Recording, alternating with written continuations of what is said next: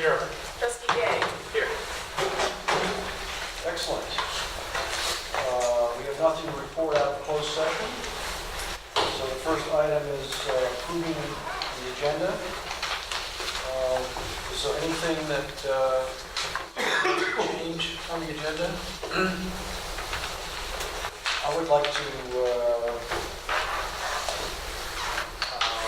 take the SARC's item 5.9 out of the consent agenda and put it in the regular agenda so we can talk about that, since I have a couple questions.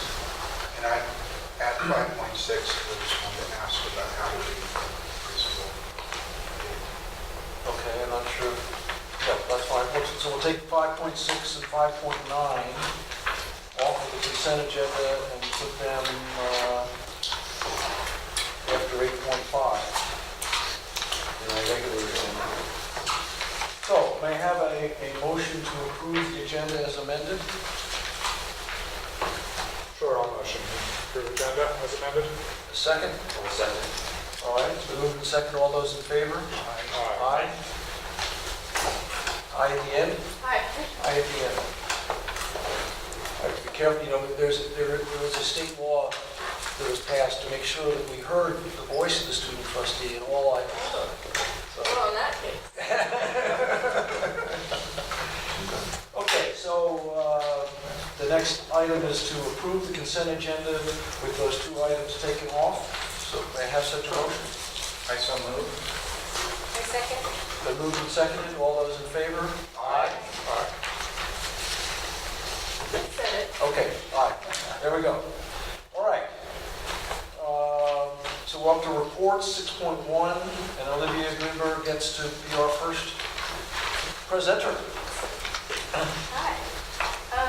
So as we're coming back from winter break, this kind of marks the real start of our basketball season up at the high school. And since fortunately we no longer have a football team for the time being, basketball is kind of our big, exciting sport. And so the JV boys, I think I mentioned this earlier, are mostly freshmen, and they've had some very close games, but they're steadily improving. It's just that they're such a young team that they're slowly getting there. Girls varsity are doing really well. They're a super strong mix of both returning varsity players, but also younger ones, and so in some ways that brings some challenges because they're not as cohesive as past varsity teams, but Coach Lee is really trying to unite them into one strong team. Boys varsity have had a really good season so far. They've been in the finals of all three tournaments that they went to and actually placed first in one of them. So far they've beaten two of probably like the best teams in our league and also won a great game against Fort Bragg. So that was kind of an exciting one for us. The next home game is Monday, January 22nd against Geyserville, so I encourage everyone to come out and see it. Around school, ASB just had a sort of half-day retreat because we realized that there were a lot of kinks we needed to work out, and our weekly meetings weren't enough time to actually tackle a lot of the big goals and problems that we've been encountering. And so we discussed topics ranging from small activities to do like throughout the year to boost morale, and also just how to run an ASB meeting to make it as much productive as it can be. Right now we're looking forward to prom because the juniors who are planning it are slowly leaking little bits of typical information about it. You know, it's May 5th. We're also looking forward to a potential blood drive that the seniors are planning to put on, and AU, which is right around the corner. Did you want to report on your personal success? No, no thank you. Okay. That's fine. All right, we're up to Tobin.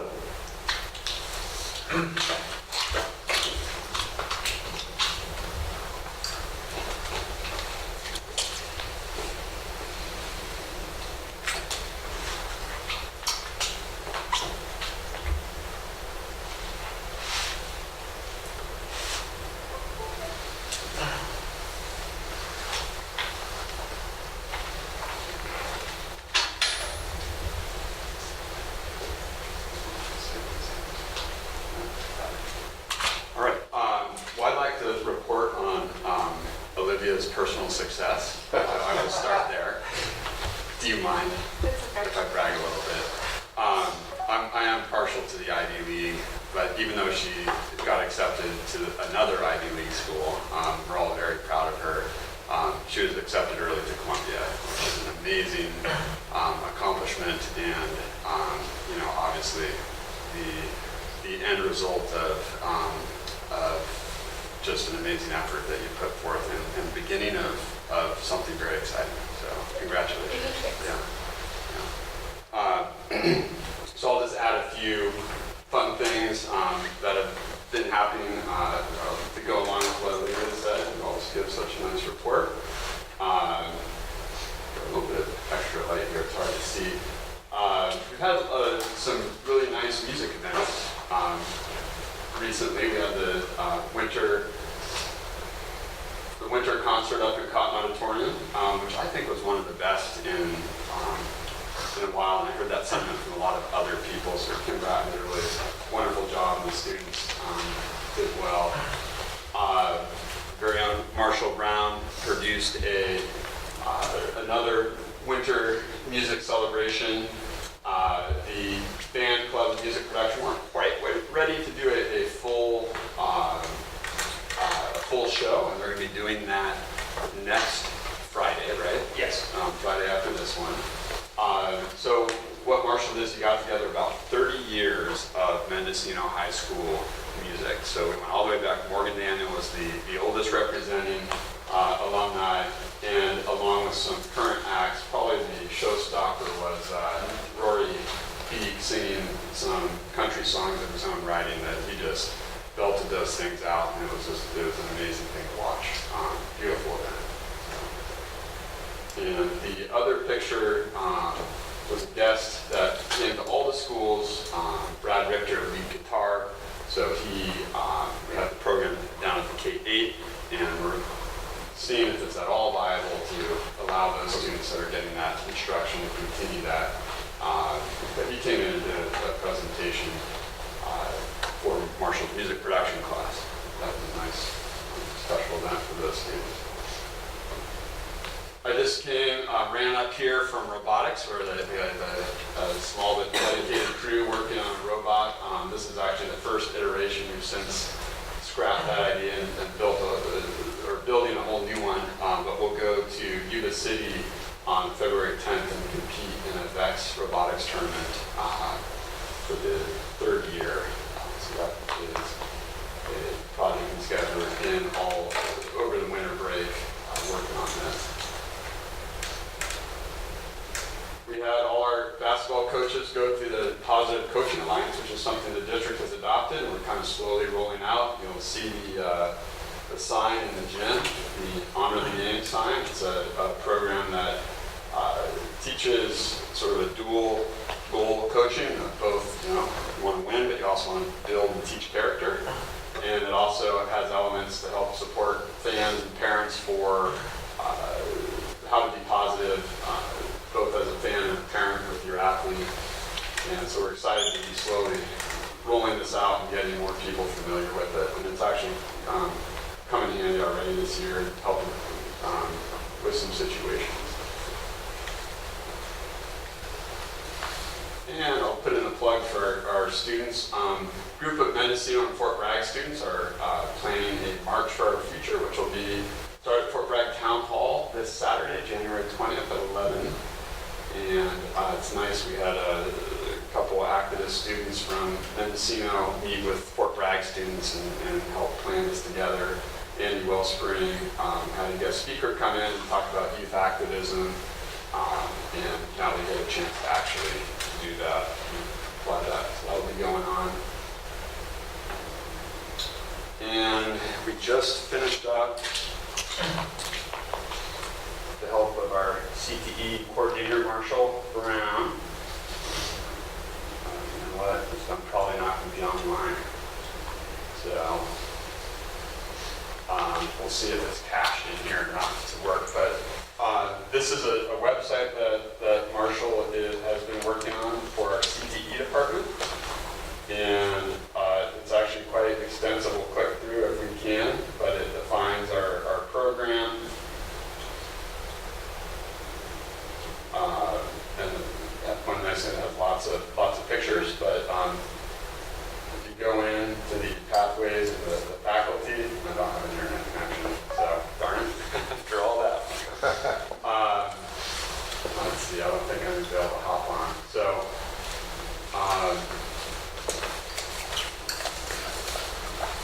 It is, I'll tell you the link, and you guys should definitely go check it out because Marshall and all the CTE teachers have put a lot of time into this, and it's a great way to see what is being done in those programs. So it is, correct me if I'm wrong, MHSCTE.com. Bingo.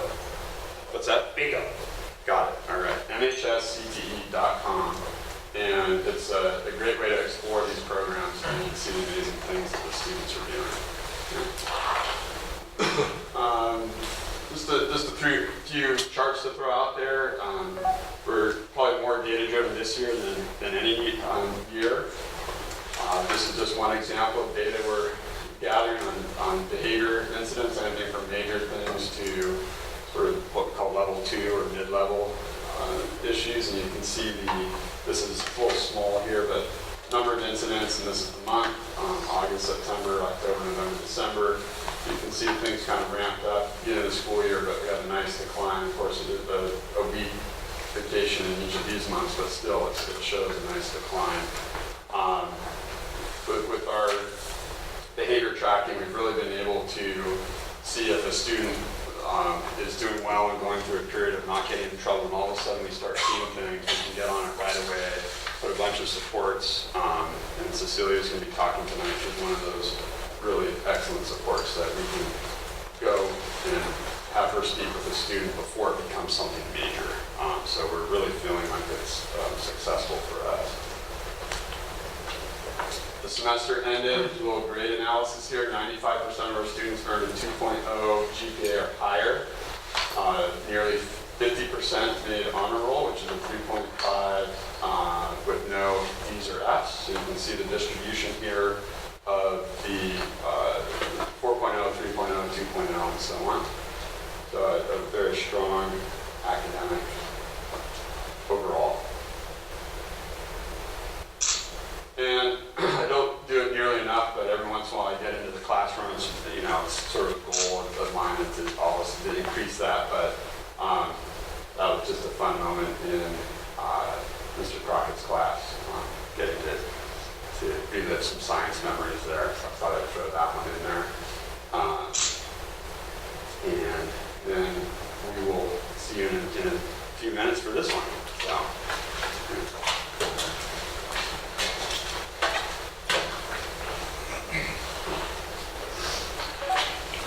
Thank you, Toby. Any questions from the board?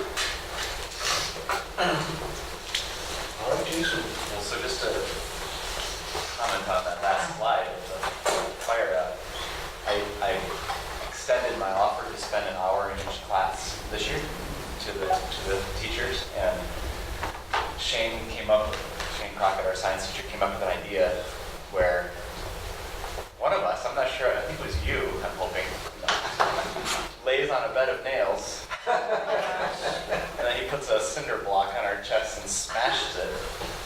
And I said yes, but then I think Tobin said he wanted to do the smashing, so we'll see what happens. He's got a bed of nails, so that might be the deciding factor there. All right, so a couple meetings ago, I commented that we had a lot of students that were moving in and out of our district, and I was asked to come up with some numbers. So I asked the admin assistants at all sites, and this year we had 56 new students in our district, not including kindergarten students. So that is a huge number. That's over 10%. Our total enrollment is about 510. So we had 34 at the K-8 alone, 3 at Albion, 1 at Comshey, and 18 at the high school. So that is a huge number. And then for students who moved away over the summer, we had 10 at the high school. And I think the K-8, I wasn't clear in my question. They said 2, but I think that what they meant was 2 have moved away since the school year began. So I still don't know how many moved away over the summer, but I was really blown away to see that 56 new students enter our school. Monday we host the MECA meeting for Coast Educational Organizations. We'll do that at the high school lower labs. Nice to meet at the high school. We haven't done that in a while. I'll be heading to Monterey next week for the superintendent's convention for the state. So all superintendents so most of them in Monterey. So there's some professional learning, networking, advocacy. And then, of course, we go to Sacramento the week after that. Busy weeks coming up here. I've also started my project of getting around to Mendocino businesses. Visited 21 businesses so far this month, and I'm really glad I'm doing this. I go with a flyer that I made and also my business card, but essentially I'm asking 3 questions. What character, traits, skills, and abilities should our graduates have upon leaving our high school? And what are some job skills that you think, not necessarily our students, but young people are lacking as they look for employment? But also I ask about open campus and if that's positively or negatively affecting their business. So getting some good information, I'll summarize that for you probably in February, because I'll be done by then. But early results are that the community is very much in favor of open campus. Really enjoy seeing the kids. I was also going to comment that we met with Brad Richter, who's I think he's the founder of Lead Guitar. He's out of the University of Arizona. We implemented this program 2 years ago at the K-8 school. And he also did a concert at the K-8 school. And it's really nice to hear the music, because I also attended the celebration that Marshall put on before the break. And it's probably a top 5 moment for me in this district to see all these musicians come back after I think Morgan was 32 years ago, compared to our current seniors, and just everybody up there blasting out music, and it's really cool. And then to think that we also have ukuleles happening in second and third grade. We have musicals happening at the middle school. We have musicals happening for the kindergartners and first graders. So, although we don't have an instrumental band program, we do have a lot of music happening in this district. I think the more we do and take advantage of that, these small opportunities, really builds up. So, our school-wide spelling bee was held yesterday. This was 23 spellers in grades 1 through 8 competing against each other. And 6th grader, Sarah Rose, won. It's amazing, some of the words she was able to, just like that, just spell them. I could hardly pronounce them, and she was spelling them, so very, very easily. Sarah Rose came in first, Sophia Limos, who is a 5th grader, came in second, and Gavin Hahn came in 3rd place, 7th grader. So she'll go on to the next round at the University at CAP next month. We have some professional development coming up for our staff. We've contracted with an organization to bring in a presenter for 4 days over the next year, starting on January 31st for grading and assessing our students. So it's going to continue that discussion that the principal started this fall. Excited about that, and really hoping it goes well. And we'll obviously feedback to you to see if teachers thought it was worthwhile. That's all I have. Any questions? No? All right. Someone from MTA wanting to make a comment? Hi.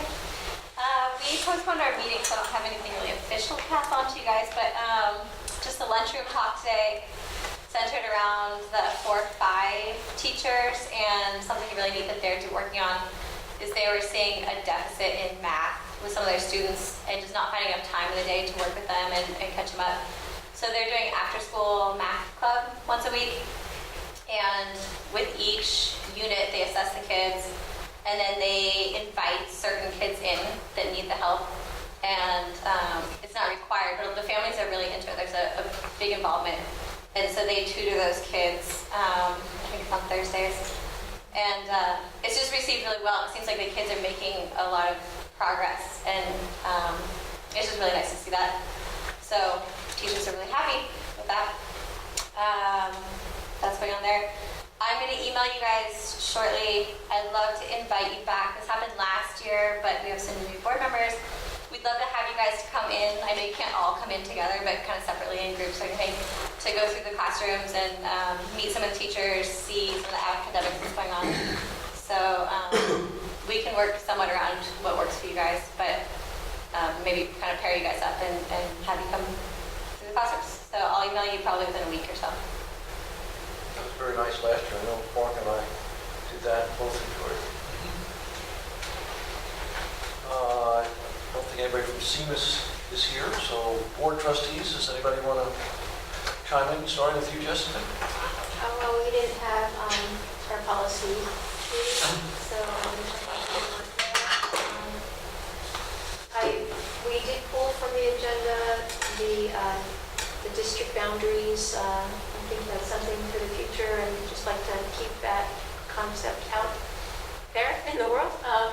That we're looking at really with the district, different trustee areas, what they look like, the population within each area, what area each trustee serves in the way of people.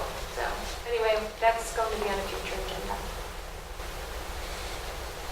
I've done it. We had our Elktown meeting last week, and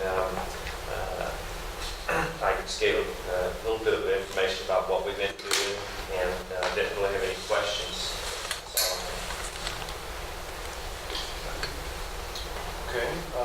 I just wanted to report on, I attended a CCEE webinar. That's the state body that's been set up to help districts improve their performance. It was focused on the new dashboard, which if you haven't seen is the new way we're measuring schools in California to replace things like the API and whatnot. And, the color scheme ranges from blue to red, and our scores are sort of in the middle. But one of the things that if you dial down the data that I observed and is kind of striking is the problem we have with chronic absenteeism. Our numbers are more or less double the state average. And I guess we share that in common with other Mendocino districts. It's not a unique thing to our district. But the thing that was especially troubling to me when I was looking at these statistics was that the groups that were most impacted were our Hispanic population and our economically depressed, or however that word is properly said. And I was saying to Jason, and hopefully we can put some concentrated effort into this particular issue in our new LCAP for next year. And I think we're all looking forward to our going to Sacramento for the PACE seminars. And Mark sent out today the agenda. We're quite good. Other than too many good things working at the same time. I would just saw it. It's like our high school. Yeah, exactly. All right, so it's still too early to go to parent community comment, so we'll go to 8.1. And I don't know who's going to be introducing Cecilia, but she gets to I it. can introduce myself. Okay, there we go. She needs no introduction. This is the first time we've ever had a social worker on our staff. And when I met with Cecilia shortly after she came on board, at the end of August or beginning of September, I said, you get to define what this job is, and you get to make sure that we want to keep having this job. So she's going to give us a report. I hope we'll do that. So nice to meet you. I'm Cecilia, and I'm your district social worker. I do have a handout, which I don't think any of you got. So, did you? So if you want to just take one and pass it down. I didn't do a little internet thingy, because I figured I'd play to my strengths. So yeah, the great thing about social work is that I get to do many different ways, different things. And it's been interesting because I think the first part of my job is letting people know what a school social worker is and the difference between that and another type of social worker. And part of my job is building a report, but then also letting people know the difference is because some people do have negative experiences with social workers, especially in different capacities. And just letting people know, I really try to go very basic and just let students and families know that I'm here to help them in whatever way they may need, because it looks different for every family, because every family is different. So I kind of broke this up into two things. The front side is kind of like a general sketch of what I do, and then the back is some numbers, because Michael, when we met, you said you're kind of a nerd like me and you like data. So I remembered that.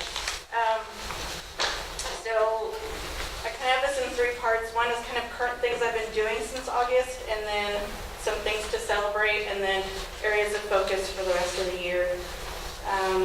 So currently, kind of what I've been doing is I've been meeting with community partners. So that means, phone calls, visits, going to agencies, sometimes just to find out what they do, how they can provide services here, how our families can access services, and sometimes it's calling on behalf of families.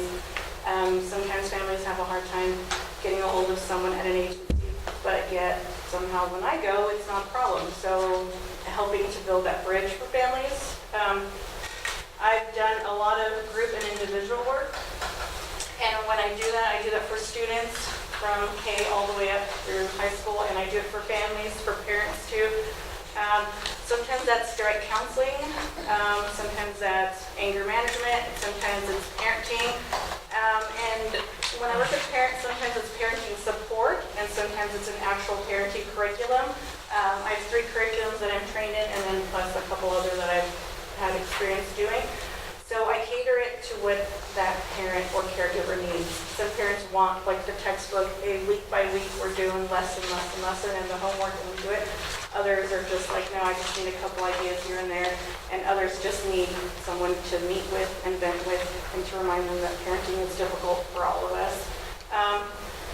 I also do drug and alcohol education here at the K-8 and at the high school with students. I've done some social skills training with students. I've worked on truancy with students and parents. I've done linkage and referral and case management, and that's just fancy social worker talk for helping connect people to resources. Sometimes meeting with families or a student and finding out what resources they need, and then how to go about getting them. Sometimes, I've met with a parent who was like, I need help, I have this insurance, and my kid needs this type of doctor. Help me find this type of doctor, this type of insurance that will meet my kid here on the coast. And so I spend a couple hours, and I find that for that person. So stuff like that. And then advocacy. And sometimes that means me advocating to parents on behalf of students. Sometimes I advocate to teachers on behalf of students. Sometimes I advocate to students on behalf of staff, like, hey, that teacher doesn't hate you. They just don't like when you do X, Y, and Z. And let's try to kind of work together rather than bump heads. Sometimes I advocate to caregivers and parents on behalf of the district. I had a conversation with a caregiver who was pretty frustrated with some school staff, and by the end of our conversation, the person just said, thank you for what you do, and please thank those people that were helping me, because I didn't realize that they were doing those things because they helped and care for my kids. So if I can do that, I think that helps, because now that parent is willing to work with the school, their kid. So, I've also done crisis counseling for students and for parents. I've done suicide risk assessments. I've sat in on SST 504 and IEP meetings. I've translated for parent-teacher conferences, for meetings with principals, for SSTs, and for calling in absences. I had to call a parent to confirm an absence, and she said, no offense, but when I call, nobody speaks my language. I'm not going to call. I'll just send a note with my kid or have him tell you. And I was like, no, I'm going to give you my direct line, because you have a right to have a person on staff who you can call, just like every other parent. And so now I can be that person for her. I've distributed items, all kinds, but I'll get into that in the back. I'm also the homeless liaison. I've kind of taken that from Andrea, so she's freed up to do her responsibilities. So weekly I get 2 big boxes delivered to the high school, and I go through and I sort them out, and then I pack them up and I give to each student at the high school and at the K-8. And then I also meet with those students to figure out what else they need. Sometimes they need supportive counseling, sometimes they need, connections to other resources. Sometimes they, need sleeping bags or clothes or a bus pass or whatever. So, and then I also do interdisciplinary team coordination. So I meet with the other mental health team and we talk about shared clients and what's the best way to help certain people. Like sometimes we might have a student who Anna might see for counseling because the student needs counseling, but then they also need skills training, so then I can meet with them for either anger management or drug and alcohol. Or if they have a student they're meeting with, but they realize the parent needs support as well, then I can meet the parent as well. And so some things to celebrate. One of the things that makes me very happy is when I see growth and change in people's lives. I started meeting with a student in September because that student was spending a lot of time in the office, not in the classroom. And the student was not making the best choices. And so I'm so happy because one day the student found me and ran up to me and was like, guess what? I have no Fs for the first time in I don't know how long. And I don't remember that last time I've been high. That's a huge success for me because for that student, I'm so happy for that person. And so those are the things I celebrate. Sometimes it's, meeting with a parent and then getting to the point where they feel so safe and connected that when they're in a moment of crisis, they came to my door and knocked. And this is a parent who wouldn't come for help before. That's a success. I also celebrate I've had a couple caregivers who have been helping in legal stuff, and legal stuff is not fun for us. But now I have a person who has been able to get legal guardianship of the child in their life because that child was not in a safe place and was having parents making really not safe choices. So those are really kind of big things I celebrate. So areas of focus that I'm kind of have as like goals for the future. Jason asked me, what's your goal for the future? What are things you want to do? And I was like, family engagement, increasing that, creating that for different families. Some of the ways I've been thinking about doing that is like a needs assessment. Usually when I meet with clients, I do a needs assessment to figure out what are needs that they have that we're not meeting, that we currently don't have. And, I might kind of spread that out and maybe offer it to like school-wide. I don't want to throw out another survey in people's lives, but maybe finding out what people see as the needs in our school and in our community that I can meet. And then one of the things I've been doing is meeting all new families who are new to the district. I had noticed that there was a lot of new families, and I was a new family this year, and I thankfully had people to kind of help guide me in and welcome me in and transition me and my family in. But I knew other people didn't, so I've just been making calls to all these new families and welcoming them to the school, welcoming them to the district, and offering help and support, letting them know about the different resources, letting them know what I do. And then I've had follow-up conversations with people, and I've had families get connected with Children's Fund now and therapy and different stuff. So I think that's a really cool thing to keep doing. I'm working with Anna to develop a social skills group for 6th and 8th grade girls, or 6th through 8th grade girls, and figuring out what that would look like. And I've been working to develop our Family Resource Center, which is pretty much where my office is. But I have big dreams for that place, and I think other people do too, where we envision a place where families are welcome to come and have a washer and dryer and have a computer and a printer. And I threw in food bank because I really would like to have stockpiles of non-perishable foods that I could send families home with, because I have families who I know told me, hey, that little bag of food you gave me with, that's what got me through winter break. So I want stuff like that. I'm also working on support for grandparents. We have quite a few grandparents raising grandchildren, and support for them looks different, but I'm trying to figure out by meeting with them and talking with them what that would look like And I currently have a couple grandparents that I meet with regularly. And then also, you had mentioned Hispanic families earlier, but yeah, just our Latino families and finding a way to help bridge that gap and welcome them in and include them more. So I've talked to a couple moms and we've been brainstorming different things of maybe like creating an event or a regular activity where we get together so that they are a little bit more active in the school because they have just as much right to it as everybody else. So trying to figure out what that would look like. And then creating a support group for families with students with disabilities. And I also put underneath it like an autism support group because we have like 7 students in our district who are on the autism spectrum and their parents and families have challenges that are unique to them and just finding a way to support them. I've been in touch with like the regional center who has this new psychiatrist that's willing to come and do like education for the families, but then the families are like, no, I also want like social support and meeting with other parents and then I've, other families are like, well, my kid doesn't have autism, but they have other types of disabilities and they would also benefit from support. So creating something to meet their need.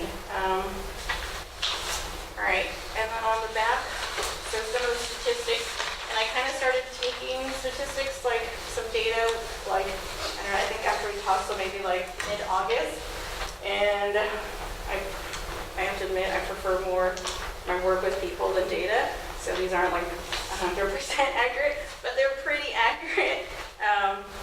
So my meetings with students, so one-on-one at the K-8, I've had 34 one-on-one meetings, and those generally run 20 to 30 minutes, depending on what each kid needs. And we do a variety of stuff from drug ed to counseling to anger management, just whatever each kid needs. And I've had 4 small group sessions. At the high school, I've had 49 one-on-one sessions and 5 small groups. And then with parents, I broke it up into 3 categories because I've had 20 face-to-face meetings, which could encompass everything from, me trying to coordinate services to doing legal paperwork. And then the 17 is actual parenting support or parenting curriculum. And then my meetings with parents are generally an hour long. And then our phone meetings are between 30 minutes to an hour. And those are usually for parents who can't always come in that have an issue that we need to discuss over the phone. I've done 4 suicide risk assessments, and those are with parents and students.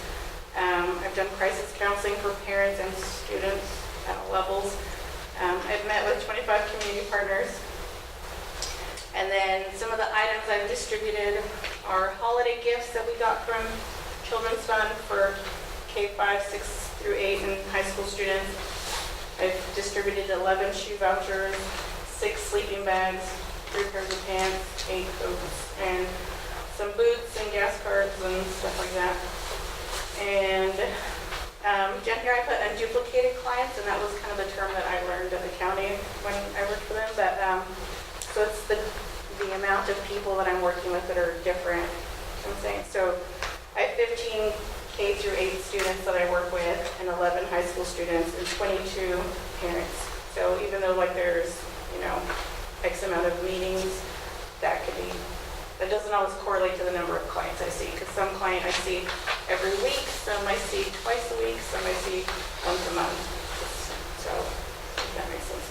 So if you have any questions at all, I'm happy to answer them at all. I don't know if this made any sense or not. But I thought it was a great report. Fantastic. I think that, it's what you're doing is stuff that we really haven't been doing. yeah. And the fact that we're doing it now makes me feel good. I feel a little bad that we haven't been doing some of these things before because they need to be done. They're all things that get in the way of the kid succeeding in the classroom. They do. I had a time when there was a kid who walked into the office, a 5th grader, and he told them, I want to go home, I'm miserable. And so I happened to walk by, and he's like, I want to go here. So he came to my office, and we had hot chocolates, and we talked, and he shared what was really going on, and then he's like, you know what, you're a nice lady, I like you. I'm like, you know what, you're a nice kid, and I like you. He's like, okay, I'm ready for the day. That's all he needed. He just needed 20 minutes with somebody. And then after I walked him back, and then I was able to go and like take care of those needs in his life so that it made it easy for him to come back to school. So, Well, yeah. and one of the other things that I'm becoming increasingly educated about is that, you know, when you were talking about helping homeless students, Yeah. that the definition of homeless is not somebody who's sleeping under a bridge. No. The definition of homeless is somebody who's not sleeping in a home that's their own.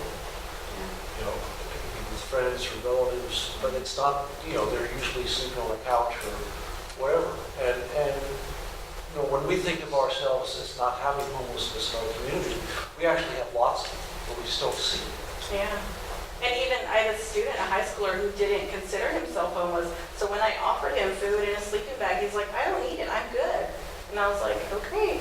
But when I met with a parent who he spends pretty much every weekend at, and I did a home visit for other stuff, and when I was there, I was like, can you show me where so-and-so sleeps? Sure. Here's their bed, blah, blah, blah. And I was like, I don't really see a whole lot of warm blankets. Oh yeah, we're kind of in need if you hear of any. I was like, hold on. I went to my car and I got a sleeping bag and I brought it in. And so now, so the following week, that same high schooler came to me and I was like, hey, I got a sleeping bag at that house. I have a feeling it was from you. And I was like, yeah. And they're like, thank you. Because they didn't think they needed it. They didn't think they were under that qualification, but they were. Sometimes it's stigma. You don't want to be labeled certain things. And I'm like, I'm not here to label you. I'm just here to meet your need. Thank you. Yeah, I'm really thrilled that you're here. so am I. In terms of being a liaison for services, you've been elsewhere, what's your sense of services on the coast? Are we sort of lacking in some area, or do we have good services in general, or I what have you think, found? you know, we came from a rural community too, and there was some similar stuff where there are a lack of certain resources, but there's also a lack of knowing what's there. And there's also the assumption that there is nothing, and so sometimes not knowing, because things aren't so publicized. So yeah, and like, so yeah, so I had like the autism group, where that came from was talking to a parent who was like, I need an autism support group, where is the one here on the coast? And I'm like, well, I don't know. So after making a lot of calls, the reconsider says, we don't have one, we should. I'm like, well, that's not cool. So I've just been trained, if you don't have it, you make it. So I'm like, great, I'm not gonna sit around for you to create that. I will create it for our families.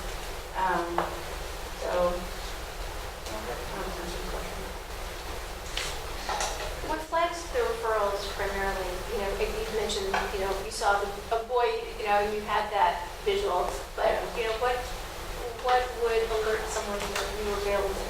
Well, I've let staff know what I do, and so they all know. Sometimes they'll call me or text me like, hey, so-and-so might need to see you.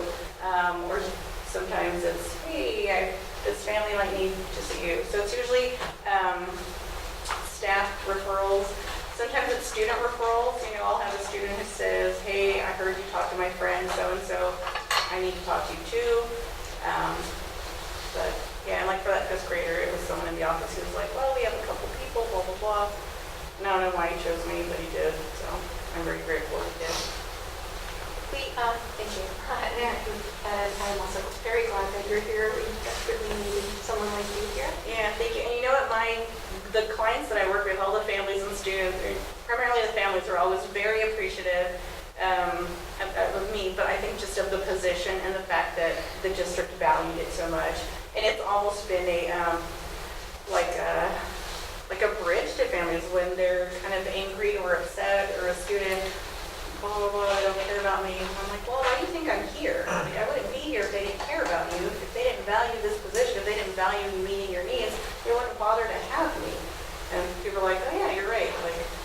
So I think people really appreciate the fact that you value it. I really do. I came from a district that was getting rid of school counselors and was just like cost cutting and not valuing it. So the fact that you value like the whole child and the whole family and meeting their needs, like I appreciate. And I'm a parent too. I have kids here. I'm glad that they get to be a part of this and have those supports too. I have one more question. Yeah, go for it. So, Jason, maybe you can correct me if I'm wrong, but historically, we've had some difficulty having families sign up for the free and reduced lunch program. Is that still the case? Or not so Well, much? you've already helped a couple families through that process, so yeah, she's definitely helping in that regard. I wasn't sure if that's, appropriately what something that you would get involved with, but, it's available and, I don't know. Yeah, if and I it's think like some of our students don't know that they would qualify. They think like, why not with a parent to fill it out? Or That's my question is just lack of understanding availability or. Yeah, sometimes it is, and sometimes it's that stigma, and then sometimes it's just having someone sit and walk you through that process. It's a little bit easier than not. Yeah, I'm just wondering if it's something that you've been getting involved. Yeah. I texted or called Jason a couple times, like, hey. So, yeah. To follow up on what Jessica was saying about the outreach, I see that you're able to reach the students and through seeing the students as well as teachers giving recommendations. Do you have a method to let all the parents know that you're available and what you can do for them? No, and that's kind of one of my things was like creating like a family resource center. I almost want to make like a flyer like, hey, did you know you have a school social worker? And this is what they do. Because I don't think people know. That's great because a lot of kids will be embarrassed and not want to ask for help, and a lot of parents will say, I know we need help. Yeah. And I that was kind of one of the reasons why I wanted to start calling new families, because I'm like, hey, you're new, just let me welcome you in and let me tell you what a school social worker is. So you might not need me now, but maybe in 6 months or a year, you might need to know. And I let them know about all the other stuff that we offer, but I don't necessarily do that. Great. So let us know when we can do that. Have you been able to reach out to Albion and Comshi and those students? I've gone to their schools. I went to like back to school nights to meet them, and then I've just kind of relied on the teachers to refer families to me, and I've done that way. And I have a couple families that I'm in pretty regular contact with. We had a loose vision of this job. It was new. It's far exceeded everything that I could envision. It's going Good job. Yeah, thank you. Thank you for the work you're doing. Thank you for your presentation tonight. Yeah, thank you. And if you ever have any questions or concerns, or if you have a family you want to refer, please just reach out. I'm happy to help. Or if you ever need help, I'm here for you too. So, yeah, thank you for your time. Thank you.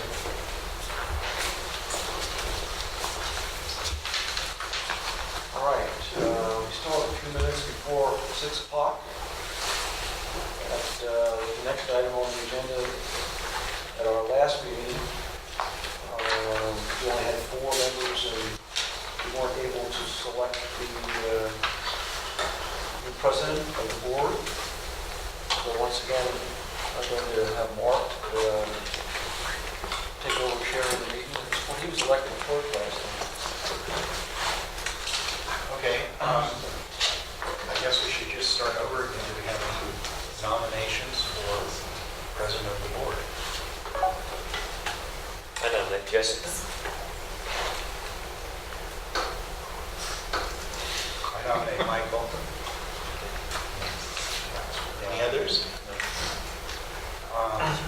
And so we have to... I'll nominate Winster.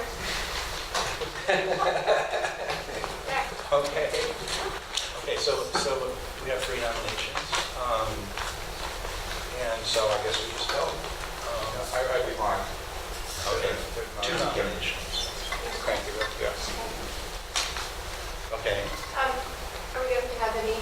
do you want discussion? A little bit, just because I've done research on it, and if there's this idea that perhaps it's the person who is most familiar with issues of the district or general school issues, and what I've been understanding more so, it's the face, the personality of the district, I guess, more than knowledge of numbers or the issues. The idea is that by rotating its it's a more robust experience for a board overall. That it has to do with the direction of the meetings, with the person who's out at the MECA meeting, interacting with other leaders of different organizations.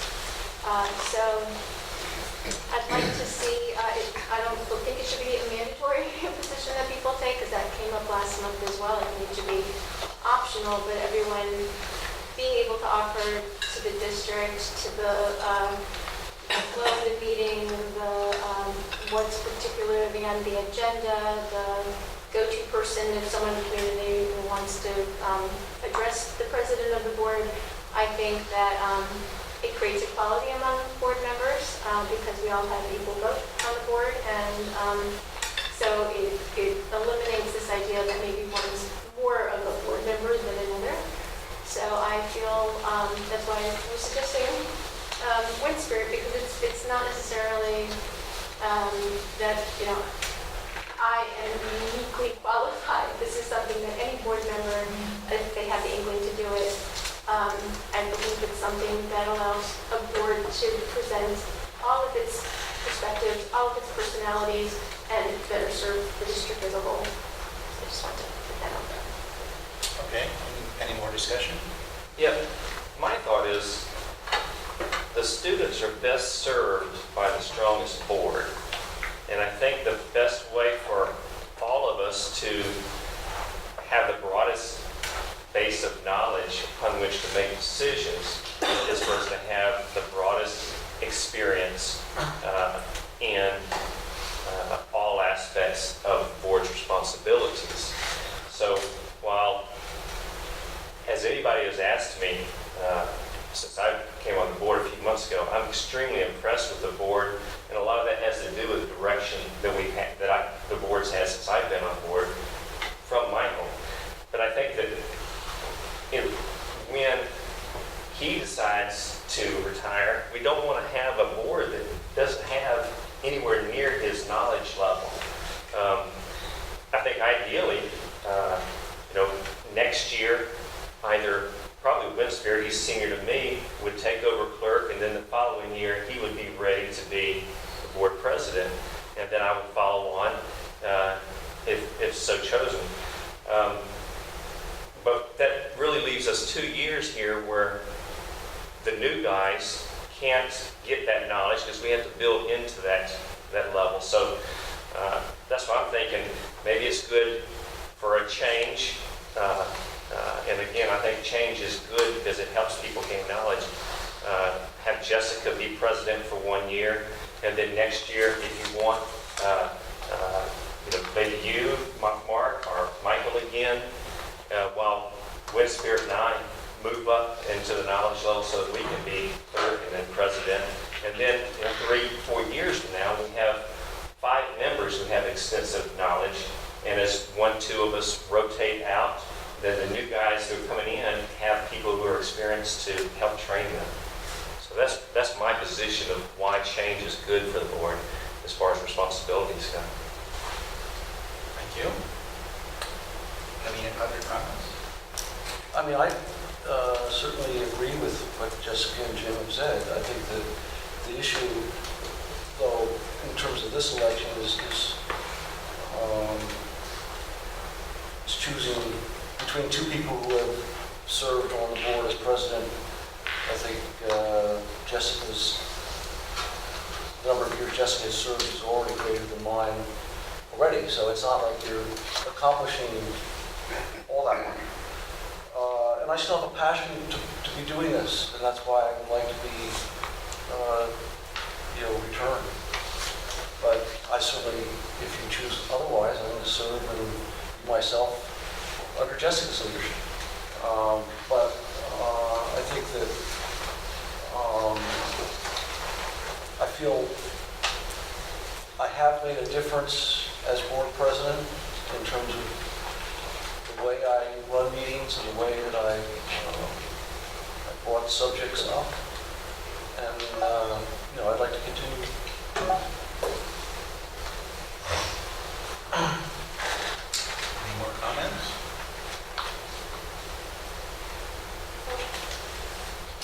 Okay, I guess we should vote. All those in favor of Jessica? I don't know, if Okay.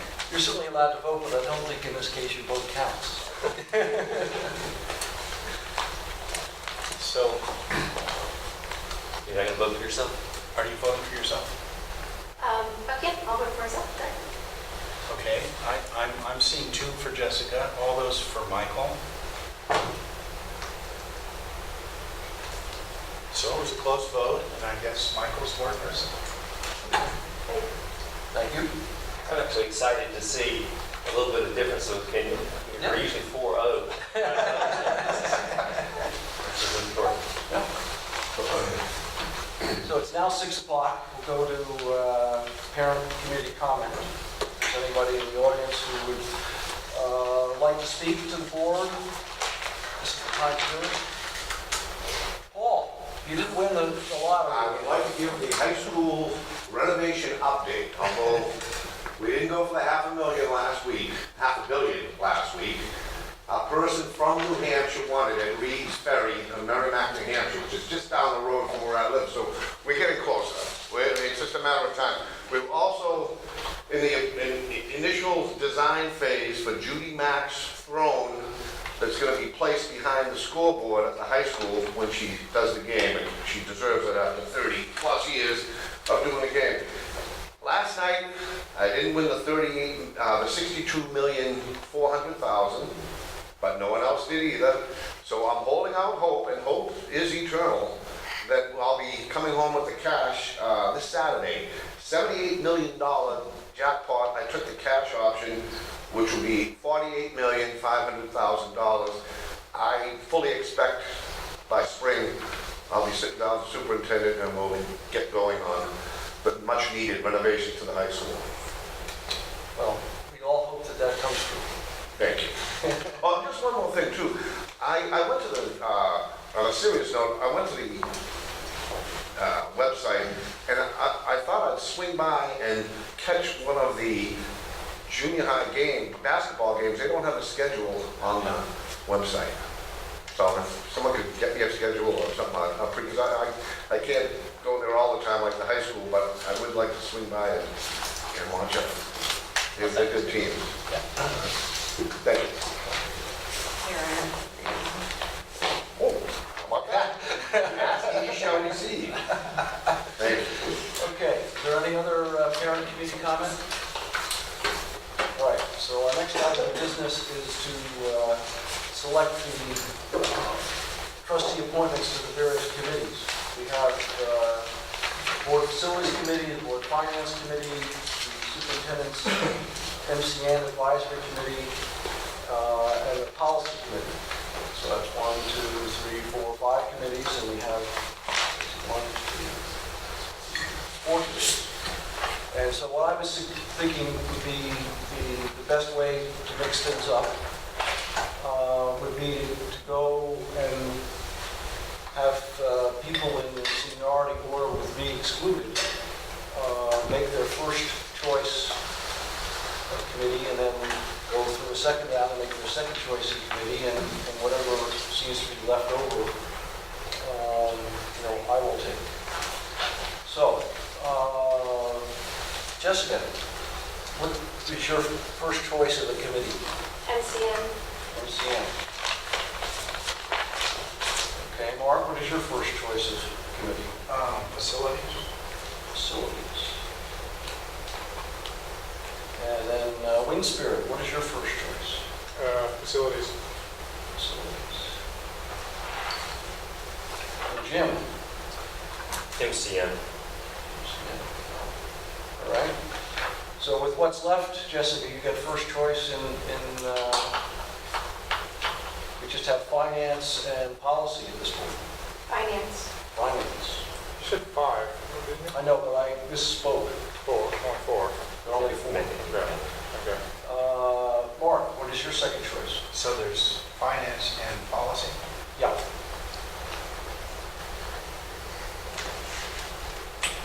Policy. Policy. Okay. Winsberry. I think finance. Finance. Jim, that leaves you with policy, unless you decline. No, I think it's something I wouldn't normally choose, so it's probably good for me to take. Okay. And I'll be doing the MECA, and if anybody, ends up with a conflict and can't make a committee meeting, you can call me, and I'll be sort of the permanent substitute. All right, so we've got that. Although it's not on here, agenda setting is. Yeah, Mark, it tends to say Mark and myself. Okay, so we're up to 8.4. And Jason's going to give a report on student wellness and physical fitness testing.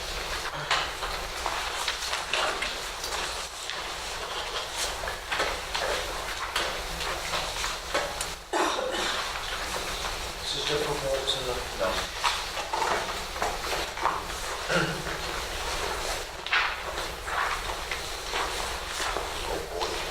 All right, so we're required to do this report every year. And really all it covers is how many minutes we are doing PE, what our status of our free reduced lunch program is, and then our physical fitness testing results. But Mark, when I emailed the board,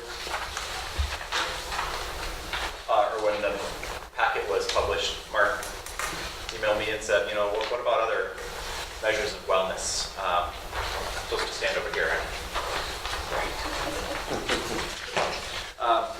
What about other measures of wellness, such as, student physical activity level, mental health, sexual health, and their knowledge in that area.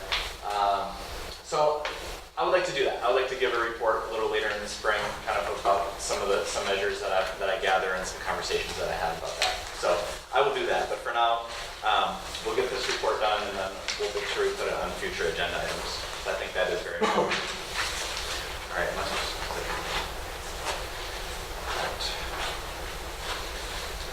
All right. So for the PE minutes, this is the same as last year. We offer all of the PE minutes, and I think we're actually over the amount of PE minutes that we are required to provide. But we are following the rules in this regard. For the free reduced lunch program, it's always interesting to have years and years of some data to go back, and so we've gone back 6 years. We're seeing it creep up, and we're at 41% now, and that number I think probably could increase as more students move into the district and fill out the application. So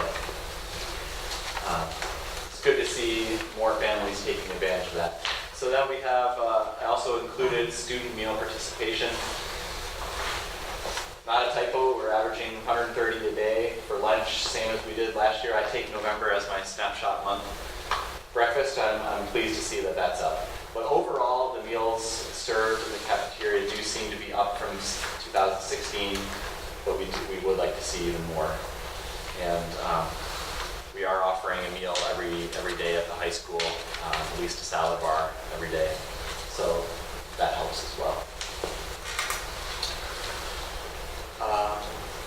For our physical fitness testing results, as usual, I have the district in green and the state in red.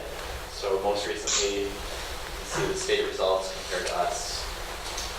I don't really have any ahas here about this. Pleased to see that we are at or above the state average in just about every category in 5th grade.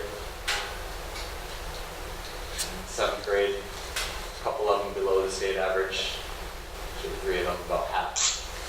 What is trunk extension strength? Is it like a deadlift? Well, I think I should have a special ed teacher, or a PE teacher here. Let's see, trunk extension strength. Trunk extension strength. Kim? I think it's a replacement for the trunk clip that used to be on there. So what that was is that they are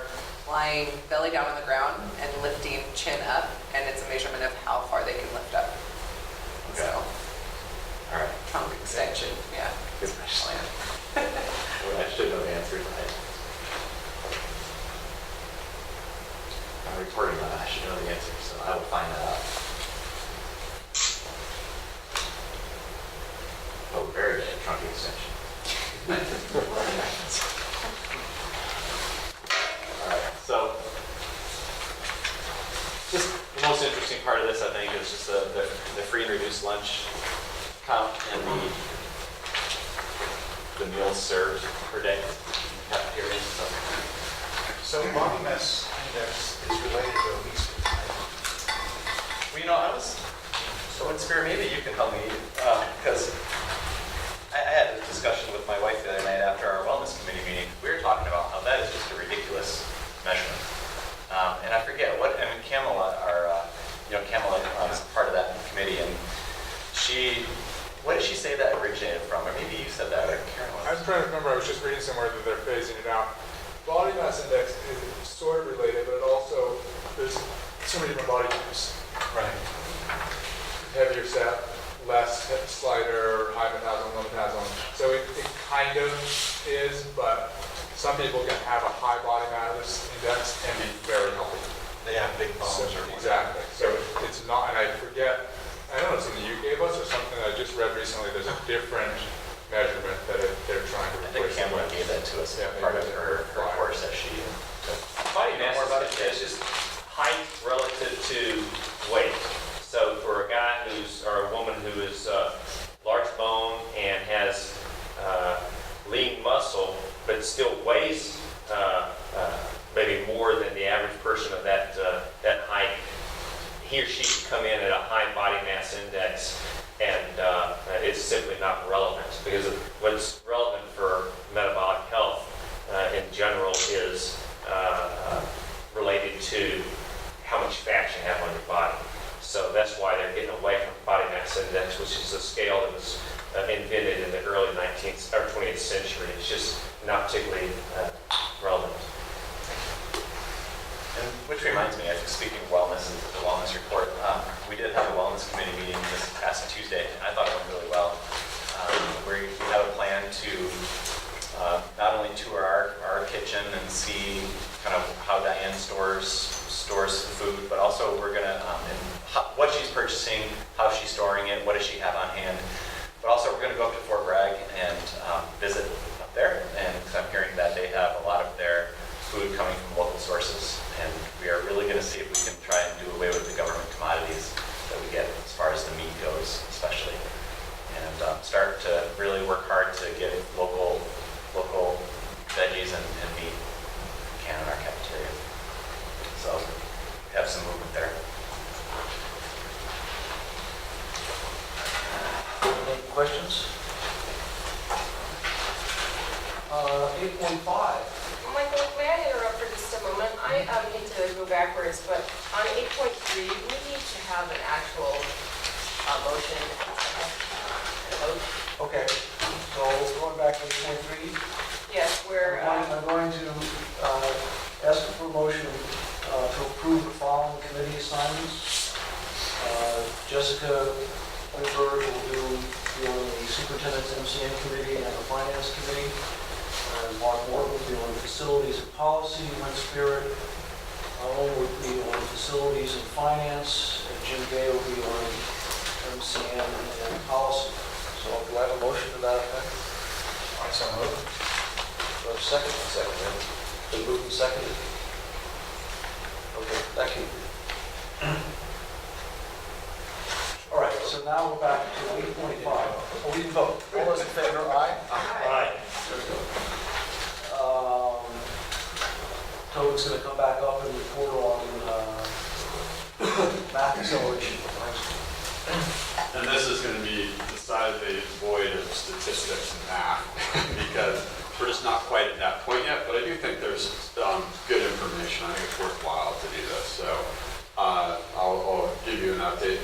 First, just a review of what this is.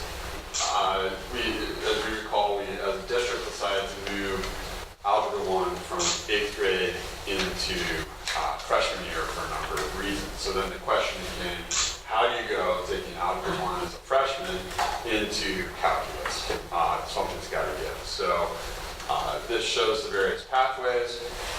And of course, some students might start pre-algebra, but if you're starting, say, as a freshman at algebra, you could take geometry.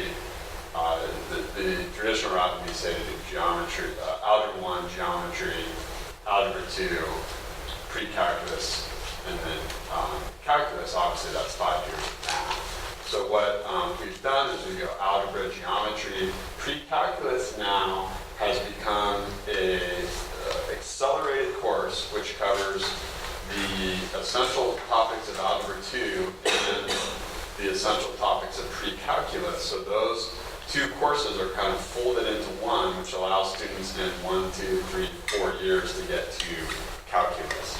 So the change has happened here. And of course, there's all sorts of pathways. Students might do algebra and then consumer math. We have that class has been very successful this year. Students could do algebra, geometry, algebra 2, and still get an AP math, which is super important to us, so they can still do the statistics. They could accelerate and decide they want to go to statistics. So there's different pathways students can take. We also now, I think maybe since the last time we spoke, Diana Dominguez, who teaches our Algebra 1 class, does a Mendocino College geometry class. So we've had some students who do geometry over the summer, and now as sophomores are taking Algebra 2. So they will actually be able to do all 5. And in that case, when they take pre-calculus, it'll be nice because they'll get a review of the Algebra 2. So that's what we're talking about. So when we talk about the acceleration, it's really right here in this pre-calculus class that they would take their 3rd year in high school to get to the calculus there. So again, we really don't have data because the purpose of this is for them to be successful in calculus, and that's not going to happen. We're not going to have that really until the end of next year when we get some AP results back, and or at least by maybe the middle of the year we'll have a feel. So pre-calculus is taught by Tom Sossenbeck. There are 13 students in there. It started out with 15, one moved away, and one dropped, which is par for the course. You usually get a few drops in high-level classes like this. Talking to students, they love it. And they love it because, of course, this is an accelerated class. These are students that like the challenge. And it's the challenge that they wanted and they expected, and they feel that they're well supported in doing it. I basically summarized, that's what I heard from the students. The selection process, one fear is that what if someone is selected, if you see here that in order to go this pathway is teacher recommendation only, to skip that algebra 2 and do the accelerated pre-calc. So the selection process was made clear to me by the teachers that it took a lot. It took a lot of hours to do, and if they don't feel that that's sustainable, they basically interviewed and sat down with every single student, and so they're going to need to streamline that some. But nonetheless, the placements were very accurate, and they feel all the students are in the correct classes, and the students that self-selected into Algebra 2 and not to accelerate, it's like they're comfortable with that's where they wanted to be. So the average in the class is a B average, which is good. A key part potentially to the success of some of these students is that we try to get as many as possible into a math tutorial class that's also taught by Tom. So they get additional support in this process. There's other students in there as well getting math support. We've had that class for a while. So we did our best to make that a possibility. So I think the fact that they really took time to it's about time. They really took the time to make sure the students were placed in the correct places, and I think that's part of it. And then there's extra support here. Students feel very well supported. So I just want to say a few things about the alternate route, which is that summer geometry. there are 5 students that did that, and they're basically all achieving fine, okay, or up to the level that historically they achieved in their now in algebra 2. But one thing is that the Mendocino College geometry does not include statistics. It is not CPM, which is our 612 math. So that would only really be an issue if they are going into AP statistics later on. They'd be a little bit behind the curve with that because the way the CPM is, they pull a few topics into other classes and spiral it a little bit. And normally geometry has some statistics in it. So, so this is just another look at the progression. So again, the statistics are, the grades and the anecdotal evidence at this point, because really it's about this. How do they do in calculus? Because that's the goal, is to get them there and have them be successful. So we'll have to What's wait. the current registration in AP calculus? I couldn't tell you right now what that is, but it's going to be, this will be a good bump for that. So, because it's been pretty small. I was going to say, So the fact that we have 13 13, matriculating yeah, forward, that'd be a Right, better class than right. that. I mean, even if, even if 75% of those do, it's still going to be bigger. So it's that outcome's been small. And this, this group, of course, mostly juniors in there, is a strong group. And, but hopefully this will give students, the idea, and that's a really interesting thing to look at, is are we getting more into that because they're not getting lost in the 8th grade algebra, and so it creates that, and that's our hope really too. So that would be interesting to go back and pull some of those numbers and see. So again, that'll take time for that to go up through the ranks. To answer your question, there's 12 in the class right now. Is there 12 in it? 12 or 11, yeah. In the calc, because you're in there, so yeah. So Which I think there was only 4 last year, so it really hard to. right. So it went up this year as well. There was a bump this year. So that's so you would need pretty good matriculation. So are there other ways of accelerating on an independent study basis, like the summer geometry class? Would you allow someone to test out of geometry and go to algebra 2 as a way of...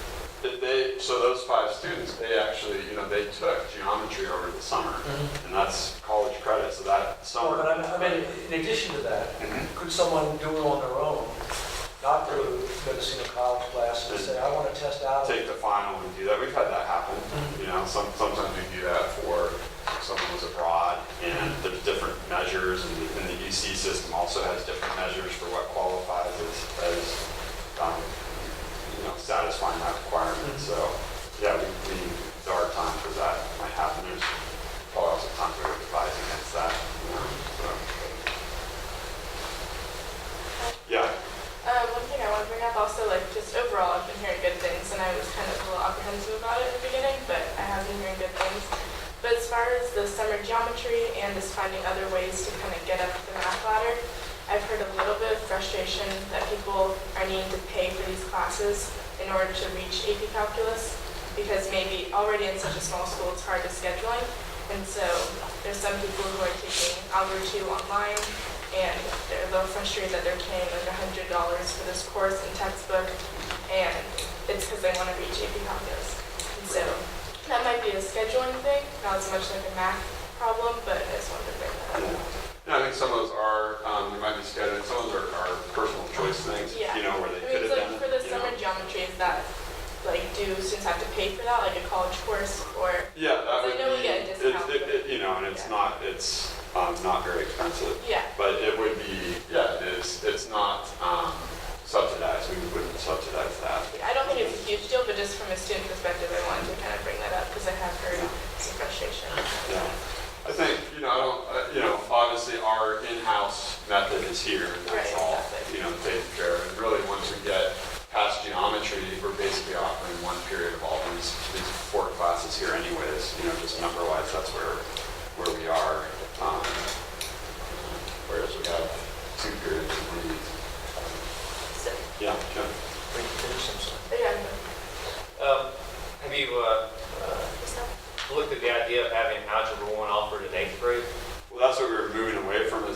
So to fill you in on the history there, we were doing that, and basically California was doing that, and so the state has partially moved away from that because the data, if you had say 50% that moved on from algebra, that were ready for geometry in high school, what they began to notice was that you might think that then 50% would be taking algebra, but they actually did worse. So it's like the people would get stuck in that algebra 1. So it was trying to move it down on everyone earlier, they found that it was detrimental. So that's what I think the district had presentations, and it was sort of decided that to move that when students are potentially more ready developmentally for it. Right. But could you have it for the ones who are able to handle it in 8th grade? That's one model. Teachers could select that. And part of what we learned is that the farther along you can push the acceleration, that the students could actually potentially be more successful. There's always going to be some students who could handle that in 8th grade just fine, or even younger, and could do that.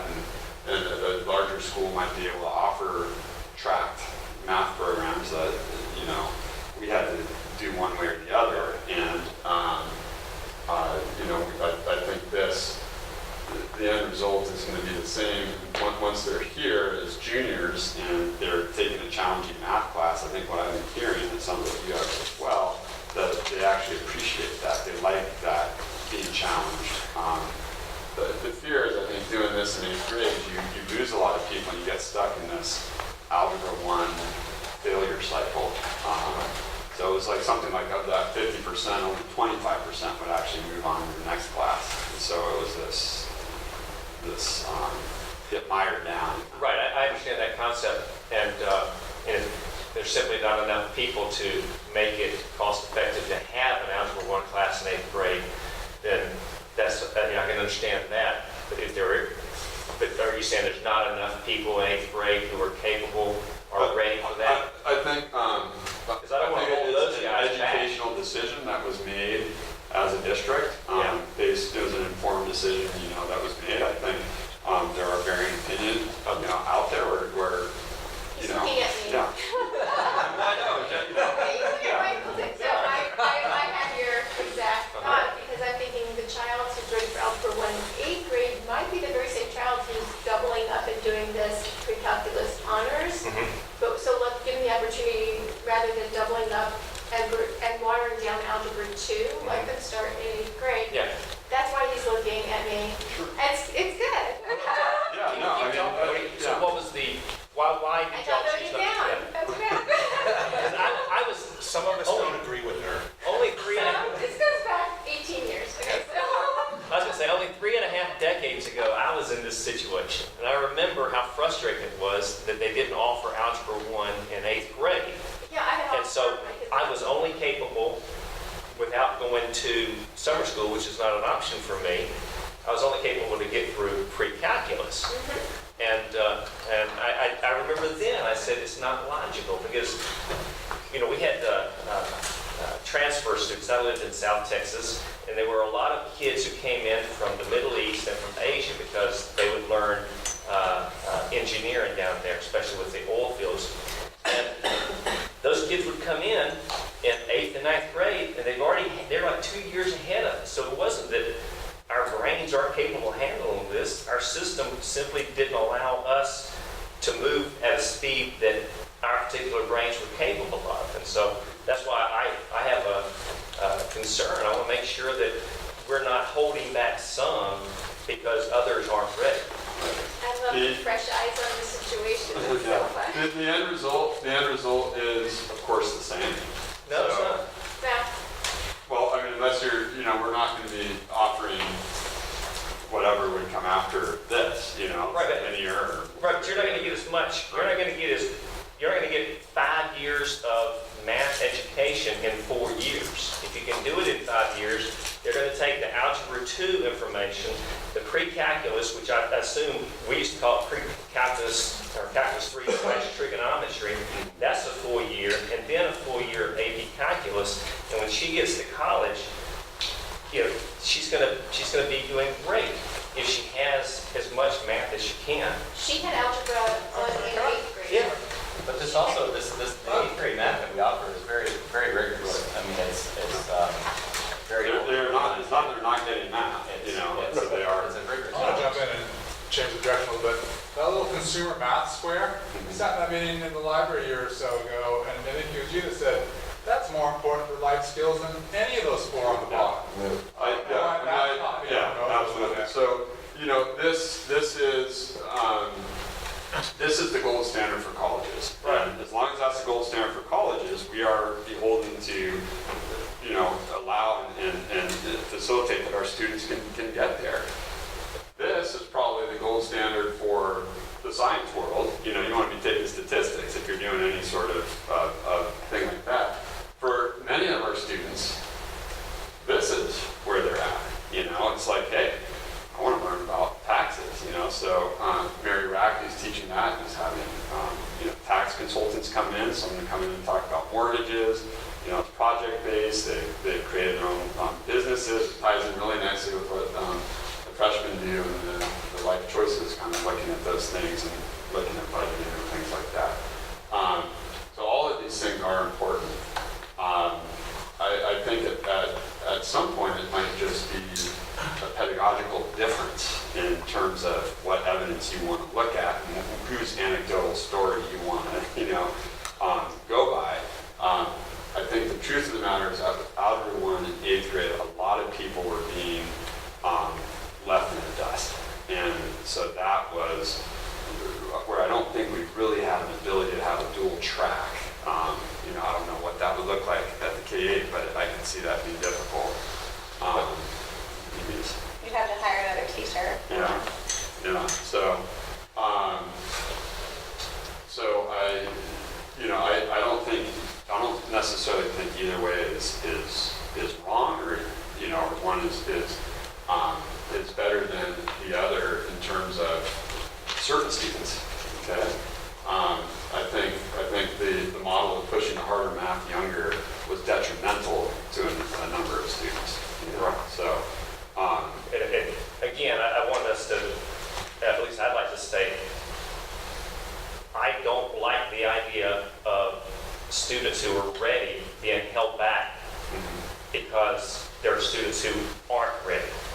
And so if that's something that, Jason, that we can do, I think we should look at it. If not, then I understand. I think given our size, we're doing what we can do. That's what I'm asking. Just like you said, we don't have the staff. Okay. Well, and the other thing is that we have we basically have we have this, and we also have a 6-12 math curriculum. So they're doing CPM in 6, 7, 8 through algebra, geometry. These are not CPM, the higher level courses. So they are getting that.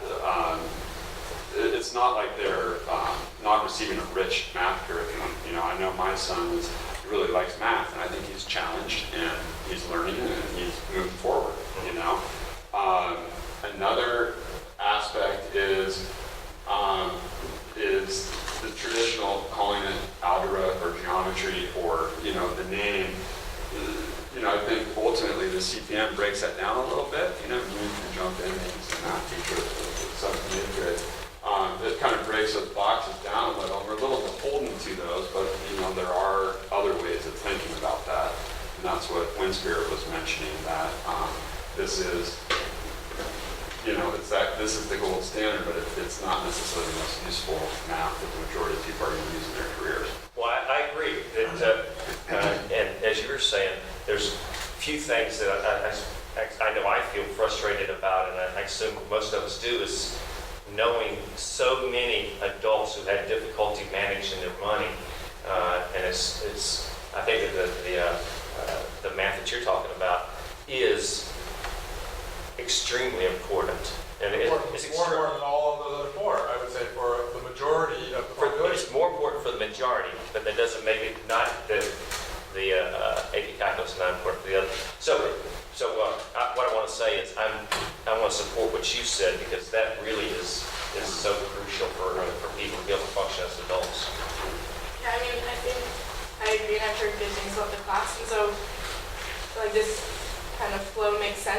in some ways it's a little bit misleading because I know at least one person in my AP Calculus class is currently taking the concerned math class also, because it's not like especially difficult maybe compared to AP Calculus, and so it's not as hard as maybe doubling up on 2 rigorous math classes, but you can take both at the same time. And so it's like you don't necessarily need to go from Algebra 1 straight into that and stop or anything. No. Like it can be paired with any other math class.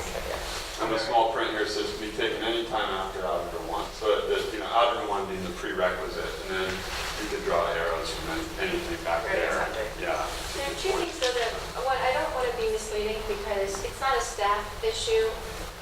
It was a philosophical decision of this district, so I don't want to leave you with this impression that we are lacking staff. There was an actual decision that Algebra 1 was not a beneficial class in 8th grade. But Jim was saying, can we offer that now? Do And both. now it's A dual staff track. issue, because I don't think we have enough 8th graders that are ready for Algebra 1 But we to wouldn't be justify interested in it. another teacher. Yeah, but we're not interested in that. But to me, that's water under the bridge. We made a choice as a district Right, to I'm go a just certain saying that. direction. I feel like now, there aren't, maybe there is, but I don't feel like there are enough 8th graders to justify even now offering it. Because so many students were struggling in that Algebra 1 course in 8th grade. Right, so we decided. That's why we did that. Well, at the time, we made the decision to go with a certain curriculum that didn't offer that. I hear what you're saying, that now that's the case, but back then, it wasn't because of staffing that we made a math decision for the district. No, Yeah, and I but so my point was that it was a pedagogical, philosophical, and data-driven decision. Exactly, and I respect that. To move Algebra 1, and a number of schools in California did this. And large schools also probably retained a section in 8th grade. And you could argue that, that's tracking and that has other issues and things like that. So I think that it was I do not argue that certain students can be very successful taking math at a younger age, but, the decision we made, I think, is what, ultimately is going to serve everyone the best we can.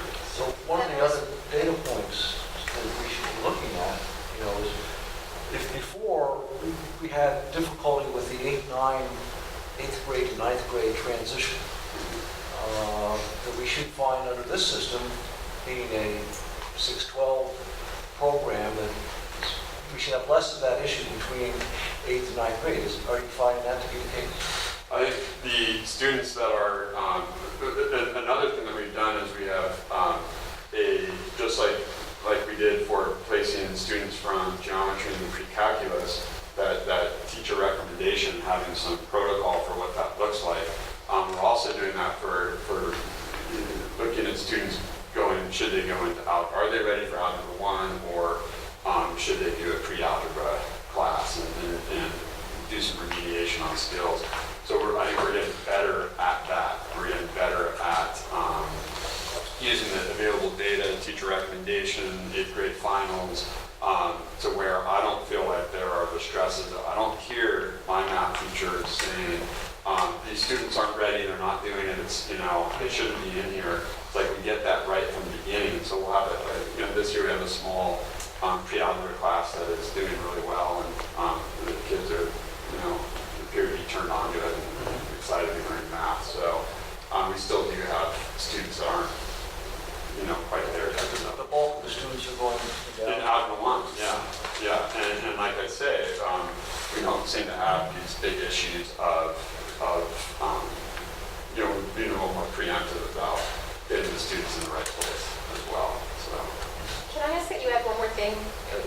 Hopefully we'll look at this again when we really haven't seen it through. Yeah, we have no idea until these students go in here. Exactly. And, So I would like one more thing added though, which is, because I've been hearing also just from parents, but I don't know the numbers at all.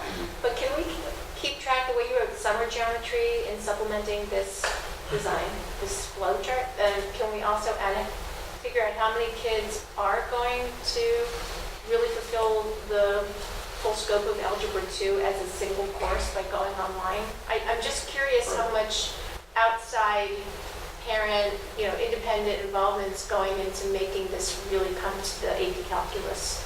And My feeling is that the students that do it online, they have their unique needs and things they're trying to satisfy. So are the summer geometry kids trying to satisfy something outside of what we are offering as a district? Right. So I'm curious, outside of what we are offering in the classroom, in our brick and mortar, how many kids are going to outside resources to complete the goal to AP Calculus or AP Statistics? We have, every year, even before any of this was an issue, we have students that go to online courses for various reasons. So I'm curious how many kids are supplementing this program with outside of Mendocino Unified brick and mortar. As I said, I'm curious if it's multiple summers, if it's, online programs. I'm curious how kids are supplementing in order to reach a goal. Otherwise, we're seeing kids succeed in AP Calculus, and we are under the impression this is a successful system, but we don't have really everything that's getting into the AP Calculus. I could do that, but then I'd have to ask you the question of, do you want the student that it was more important for them to, say, take AP photography than some other class, and so they decided they'd rather do that, so they're going to do an online math instead. So I'm talking about the kid who's in pre-calculus who's also taking Algebra 2 online because they're not feeling they're getting the whole Algebra 2 experience. So I guess I'm very specific from what I'm hearing from you today. I'm curious how many kids are achieving Algebra 2 outside of what we're offering. If you want to include the photography kid, that's fine. But so you're saying in addition to doing this? In addition to that, they're getting their full Algebra 2 with an outside resource of some sort, tutor, online, whatever that is, because I'm not saying that it's a scheduling conflict. I'm saying there are kids that we're saying pre-calculus honors is basically a combination of pre-calculus and Algebra 2, where that's what we're trying to achieve in that class. I'm curious how many kids feel they actually need traditional Algebra 2 in addition to the pre-calculus honors, because that is the real part that we're doubling up on. So I don't know what your photography example is, but that's what my... Well, because students that take online courses, if you just want a list of how many people are taking online now, I'm trying to understand the Algebra 2. You're talking about the 13 students that are currently enrolled in pre-calc. Are they supplementing somehow is what you want me to get information Right, on. if they're trying to achieve a normal full course load of Algebra 2, in addition to the pre-calculus honors, rather than the combine of the two, the combination of two. I can ask around and find out. That's the question. Olivia, how many kids in your class, talking AP Calculus, how many of them got 8th grade Algebra 1? I'm pretty sure all of them. Okay, so it was 13. Right, it's the last. Yeah, I was the last class who had the All right. I'd just like for you, Jason, to make sure that the 7th grade teachers know that that is something that we may have to consider if we have a significant enough number. And I'm not sure how, as far as class sizes, is 13 a significant number, but I just don't want us to shut that off. I know you said it's water under the bridge, but if there's enough kids, we need to consider it. It's water under the bridge just because that was, as Mark was saying, that was a battle I fought for many years. And so for me, I let go of it because I said my opinion and we decided to go with this. And part of the reason I asked for Toby to come in today was to check, how's this process going. We haven't seen the kids through the whole thing yet, but I'm 100% open to this being a really wonderful plan. Right. So that's what. I would like to add something that's related, which is I'd like to ask, to challenge the board to spend as much time talking about the other students as they do about these 13. We don't. We don't talk about the consumer math students. We don't talk about the students who aren't going that direction. We don't talk about how they're doing mathematically as 25-year-olds. And that's our responsibility too. And yet, I would say, using math, an estimate that 80 to 85% of any board conversation about mathematics is about this issue. And I support solving this problem, doing the best we can given the small district we have. And I realize there are disagreements and that I believe it takes a lot of time and a lot of discussion, a lot more than we have at board meetings to really understand this. We would need to get math teachers into a conversation and spend quite a few dedicated hours with them to really go through this and speak about it as knowledgeably as I believe our math teachers are able to. We don't. We talk about it for a few minutes at a board meeting. And I feel like we have an obligation to all the students, to these students, to make sure they get the best, most rigorous math they can, and to the other students, and to make sure they get the best, most rigorous math we can, and we're not. The board, I'm not done. The board is not succeeding. The board is, I would say we're somewhat succeeding in dealing with these students. We spend time. We don't talk about the rest of the students in terms of math. We don't. Winspirit's comment is one of the few comments. We don't have these discussions. It's important because adults in this country, most of the adults in their 50s in this country do not have a retirement fund. That's partly our responsibility. See, I think we have had those discussions. I think that's how we got to the point I that wasn't we in made the them. shift. Make that is, I hear you, but I feel like the reason we made the shift to this plan was with the awareness that we don't want a school with tracking.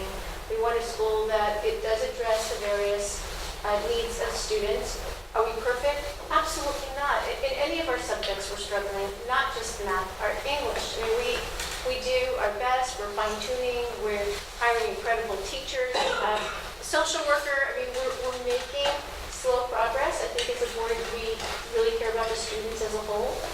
I think this was a move toward trying to broaden who we address. I spoke my mind back then. Clearly, I'm speaking my mind now only because it came up again. I wasn't going to bring it up again. But I feel like when this was presented and we had someone from Davis, I think, come in and talk about this concept, we did explore it to the depth that we should.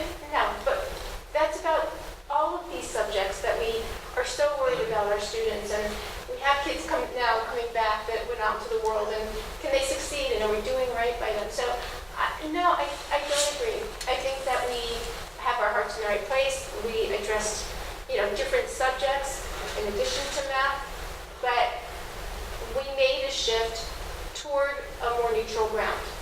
And that is what we're exploring today. I asked that Toby come in because I wanted to see how it was playing out. But I can't agree with you that we are neglecting any one population. I think at a given time and a given subject, we neglect various populations of students in the school. And we're doing our best to try to make every student have the best experience possible. So I can't get there. I just was talking about math. I guess it's very complex what a board chooses to spend time on, and all of us could do better at this or that. Absolutely. Myself certainly included. But in terms of math, and looking at many, many years, before you were on the board, before I was on the board, before any of us were on the board, this discussion was happening. Absolutely. And it's always about this. It's not about the consumer math students. It's not. Okay. So, I think you may be drawing too hard a line. And I think, we do have an obligation to our achieving students as much as we have one to our non-achieving students. Absolutely. And as someone who felt, I guess the bedrock part of my educational philosophy is that once you stop challenging a child, whether it's in first grade or in 12th grade, you've lost that child. So if you don't have a curriculum that's flexible enough to keep challenging students all the way through their career, there's no incentive for them to continue. And I think we do suffer from the bias of our individual experiences to a certain extent. I mean, my kids benefited from having both AP statistics and AP calculus. You know, they went off to college with a confidence in math that, you know, was incredible. You know, my daughter took a gap year and went in and was trying to decide whether she could take Calculus 1 or Calculus 2 in college, and said, well, I'll just try Calculus 2. And she fit right in. You know, that kind of background is really important to success on that level. That's not, and you're absolutely right, that's not every student. Right. Right? So here's the number I was going to pluck out of the SARC data. You know, we don't do well in math overall. You know, if you look at our numbers, the percentages that meet or succeed for males is in math is under 50%. And even worse, you know, the number for socioeconomically disadvantaged students is 28.57%. I mean, that's woeful in terms of our, you know, preparing them adequately to do, you know, be adults. You know, hopefully what, you know, this program is designed to do is to treat everybody special and to give everybody an opportunity to love math, it seems to me. You have to take math in school. You don't want to take a class that's too high above you or too below you, because you won't be enthusiastic, you'll get bored, you won't think about it, you know, regardless of whether you have the ability to do it. And so what I'm looking for as we go through is to see, you know, that 28.57, which is a, you know, 16, 17 number, is not going to be that way in 2 years. If it is, I want to know why. You know? I agree. I think it's unfair to say that we aren't dealing with everybody. We're not concerned about it. Well, I think it's unfair to say we're not dealing with everybody and we're not concerned with everybody, but I think it is accurate to say that most of our board conversation is about a portion of the math students, not about the math students as a whole. I think we're in agreement about all students needing access to the math that they can succeed at. We're in agreement. I want this. I want this to be as strong as it can be. But I don't think we spend the same amount of energy discussing the students who aren't going on this path. I think that it is up to the board to refocus a little bit. No? That's all. It's not to ignore these people. It's not to say that there might not be issues with this path, that it needs improvement. None of that. It's just, it's not balanced. Well, I mean, I think we probably spent more time talking about math curriculum than English curriculum, let's say. Right. We identified as far ago as 2003 the fact that our lack of a K-12 program in math was a really devastating reason why our high school students weren't succeeding in math, because we weren't teaching it consistently from kindergarten through 12th grade. Right. You know, we started, I think the conversation was a little, I think we're not going to see the results of some of the changes we've made in the past 5 years. No, we have to let it play out. 5 years ago, we didn't have all of these options for all of our students. So we are, I feel like in this model, we are able to meet the needs of all of our students. I really strongly feel that way. And I would venture to say that our 8th graders are not bored in math. I really feel that way. And I think we have our math teacher here. I know the curriculum that they're doing at CPM in 8th grade. It's a challenging curriculum. I think that they're still they're engaged. I mean, I don't know, I really feel that way. So I don't feel like a student is in 8th grade math bored out of their mind. I really feel that way. I would say there's not even a single student who's not challenged Exactly. in 8th grade. So it's a different model of math than what we grew up with. And so it is, the challenge is not in doing 1 through 20 odd, it's in taking a skill and applying it in a unique situation. It's more, you know, real world in that sense. And Jason, just reiterate what you're saying. What makes me happy about this diagram is not that we can get students here. It's all, these arrows, and as Olivia pointed out, there's even more we could draw in.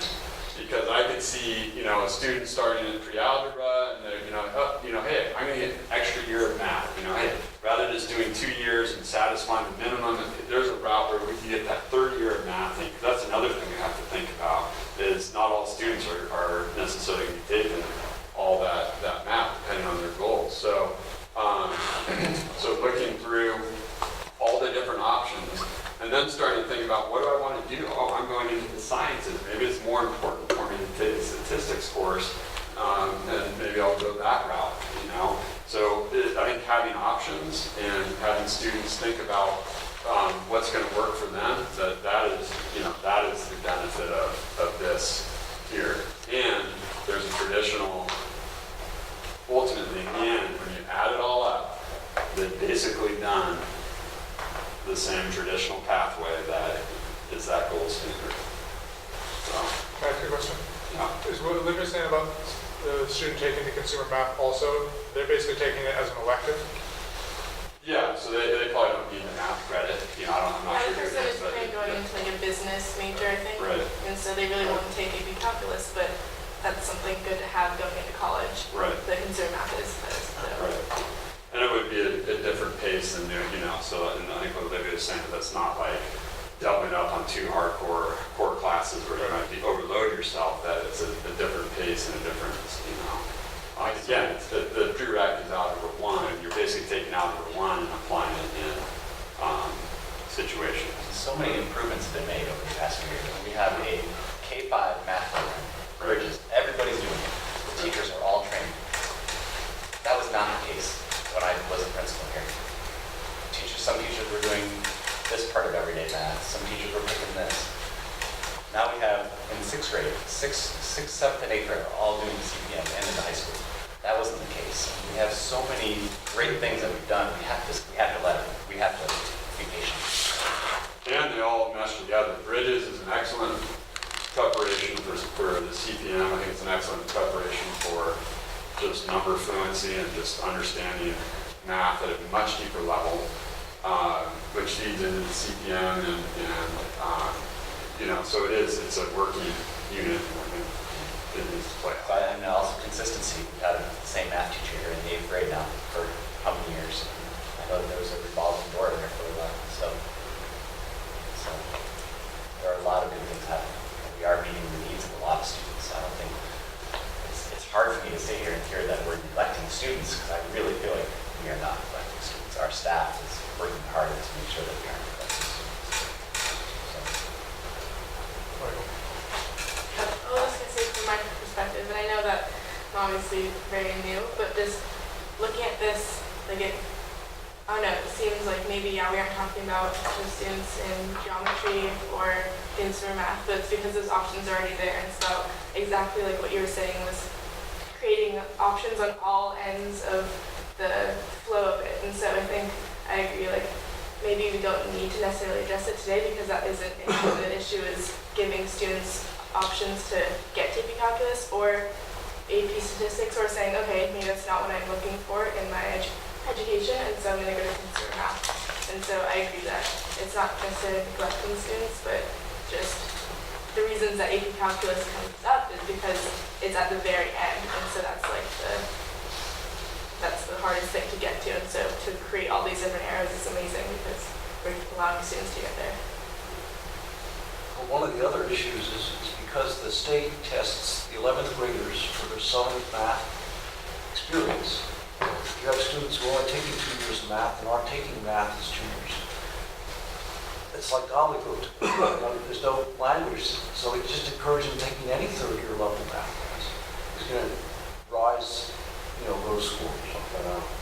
And that's going to, with all the high school testing, it's not end of year end of course test now. It's, science now. It's like, okay, if this is their last science class, then they'll test this year. If it's not, then they'll, because there's no ideal way to do it. That's just what happens. You can start out with an idealistic system saying, hey, we're not going to just test the students to death. We're going to, but then it's like, where do you test them?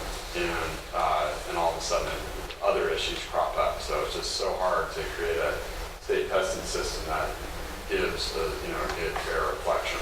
I don't think it's for lack of trying, but and for lack of good intention, but that'll be interesting to see how that ultimately pans out. And I think we're actually doing better currently relative to the state than we were before, because we were below state average for a while there, and now we're above the state average.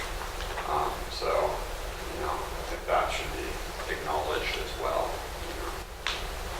Well, we still have a passionate board on this issue. So we'll hopefully come back next year and give us a report that we can be equally passionate and hear the new day. We'll do it all again. We'll make it a yearly date.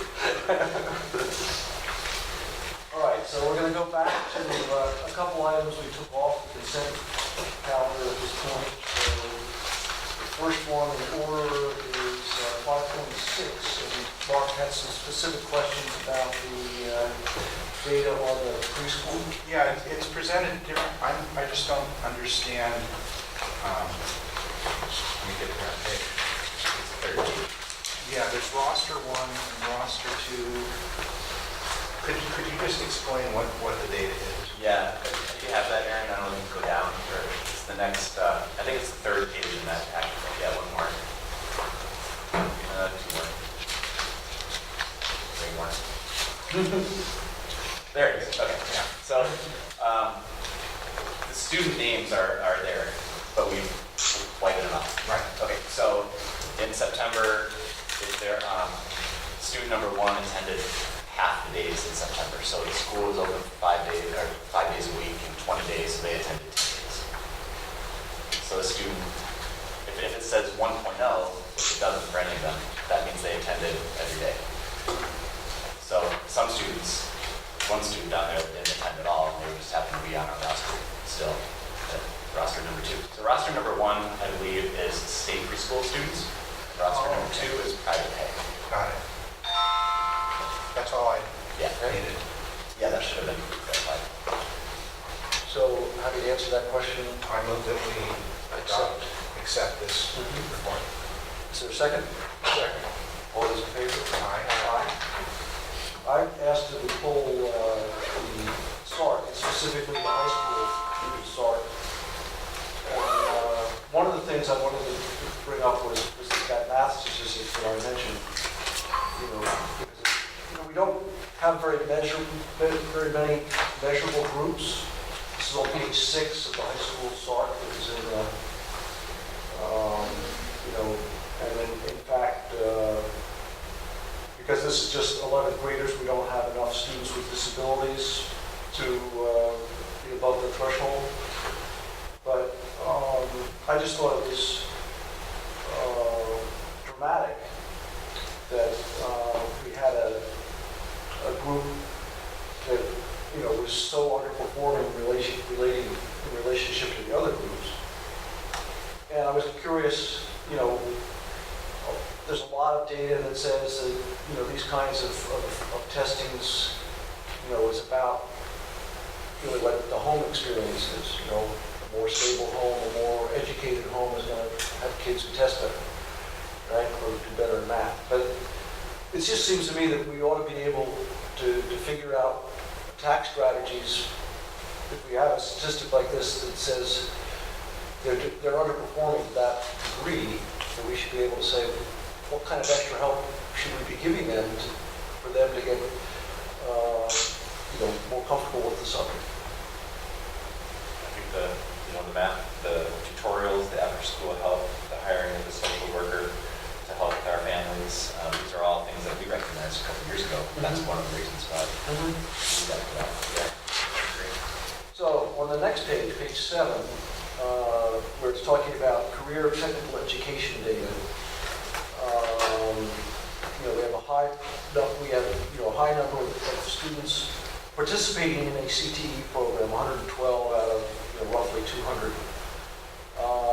And 28% of the student body completed a CTE program at their high school diploma. And then 6% of CTE classes that are sequenced or articulated between the school and the institution of post-secondary education. Now, this is a figure that I assume Marshall's work is going to show an increase in that number? There's, what is an articulation? So an articulation is where if a student has done a certain sequence of courses in the high school, you could assume they could go to that school and that they've satisfied like the entry level course. So, for example, we had culinary articulated this year with Mendocino College. One of the things working with MCOE, specifically Mary Makala, who's also at Fort Bragg, I've met with MCOE and there's a concerted effort to articulate courses. They rather see dual enrollment, which is like what we do with our freshman seminar course, trying to get, basically have college staff teaching classes within the high school. That requires certain things, like they have to have a, if you want transferable or you need, masters, and so it doesn't always work out based on the staff that you have, but that number will go up, and that one course was the woodworking course, which was articulated with College of the Redwoods, and of course they've moved out of the area, so you have to redo these things periodically, and it's one of the requirements of a successful CTE program. I don't know how many of our students have ever taken advantage of that, if any. So it's something that we are working on, it's something we do, but and at some point maybe it will actually benefit someone. Okay. So, yeah. And then on the next page, we're under the category of completion of high school graduation requirements. There are figures that don't make sense to me in that, for example, the first category, we say that 94.23% of Mendocino High School students graduated, but 100% of district students graduated. I don't see how that can be accurate. Well, my assumption is the high school is the high school and the district is Sunrise. No, it's. What is it? I think your question. I asked the same question. They pull that from state data, so and unless you want to go in and and see if there's some algorithm that they're using that somehow makes that happen. The outfit that puts this together, I had Susan ask that same question, and they're like, well, this is just pulled directly from the state. So you get into that thing of like, well, do you want to have our own data, or everyone else is going to be looking at the state data? So, Well, I know that we have an exception in our audit this year because of a SARC data error. Mm-hmm. And I'm looking at these and I see SARC data errors. Well, that was our error, but we did the first one. But where does Sunrise and the alternative school fit in? I mean, here that would be part of the district. So could that not be? That's not what they're talking about. No, the district includes the high school. Right. So how can you have 100% when you have less than you can't have 100% in any component? I mean, mathematically, it's not possible. Maybe that's the way they're talking about it. And then you've got students with disabilities. You've got 67% at the high school, 100% for the district. Right. I mean, just before we finalize that posted, I would like to have that examined. Right. Well, and like I say, whoever the outfit is that puts the, compiles these things, they were, I had Susan ask them, and they said that is coming directly, that report is populated directly from the state. So if there's an error, it's in the state data. And, having done a lot of reports like this where I'll have local data that says one thing and state data that says another, it's like you got to decide which way are you going to go. Right. Because they will use slightly different formulas for figuring things out. And then you start getting these sort of dueling numbers. So Thank you. I agree, mathematically creative.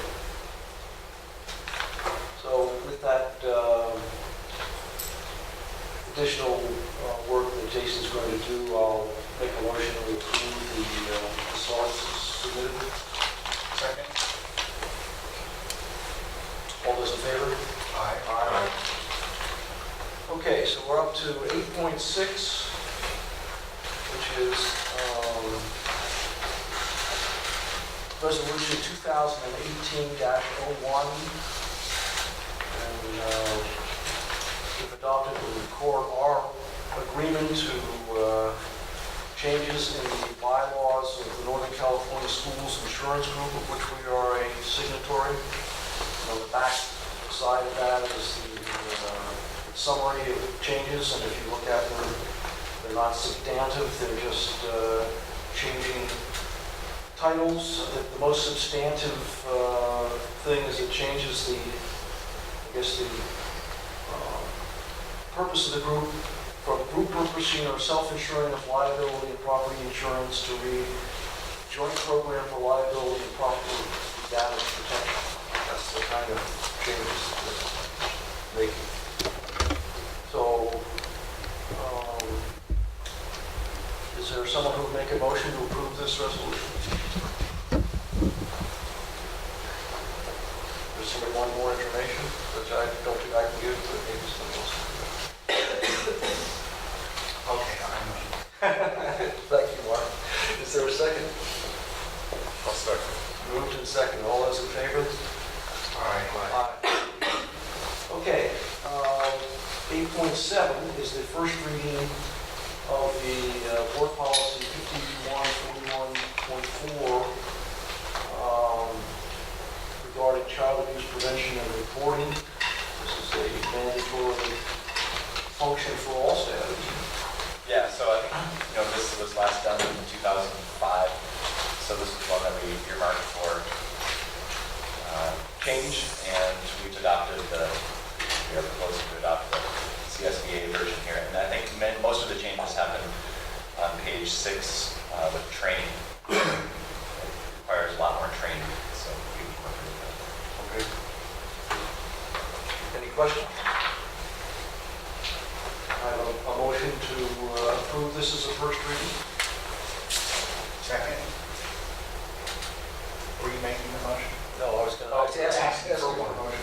Okay, then I so move. You moved. I'll second. Jim's going to second. All those in favor? Aye. And they'll be on the consent agenda, so if anybody comes up with questions, we can pull off the consent agenda next month and talk about it. 8.8 are policies regarding promotion, acceleration, retention, bids, and organization. Did the policy committee meet on these? We met on the promotion, acceleration, retention, and so we have some changes in that one. The bids is simply changing the number to reflect the State law change. Yeah, the state, it was 88,000, now it's 90,000.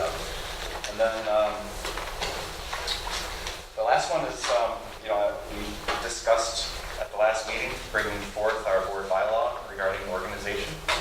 And so we didn't meet, but I have asked Susan just to include it in the packet here in case we want to begin talking about that. So this would be the place to put into writing a format for progression of board offices, which we haven't done in the past, but we could do. So I see that Jim and Mark are on the policy committee, and if you would have a chance to meet before our next board meeting and come up with a recommendation about whether to leave it as it is or to make changes, then we can have some discussion on that. Sounds good. Okay, so we have a list of future agenda items, and as Jessica mentioned, potentially more discussion on trustee boundaries is a future agenda item. Are there other things that should be added? No? Okay.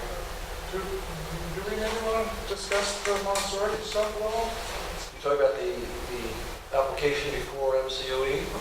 Maybe, or more, as I mentioned before, that model is attracting so many of our students.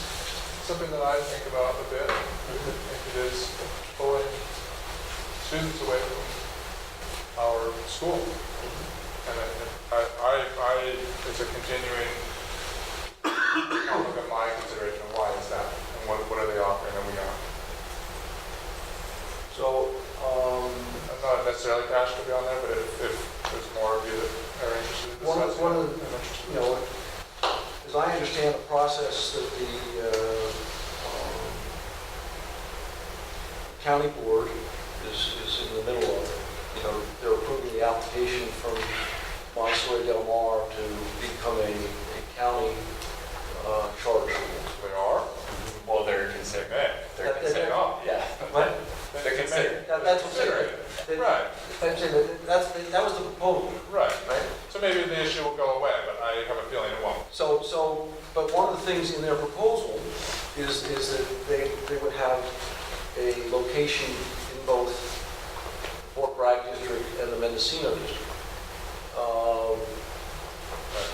You know, one of the good things financially in terms of that process is that if the county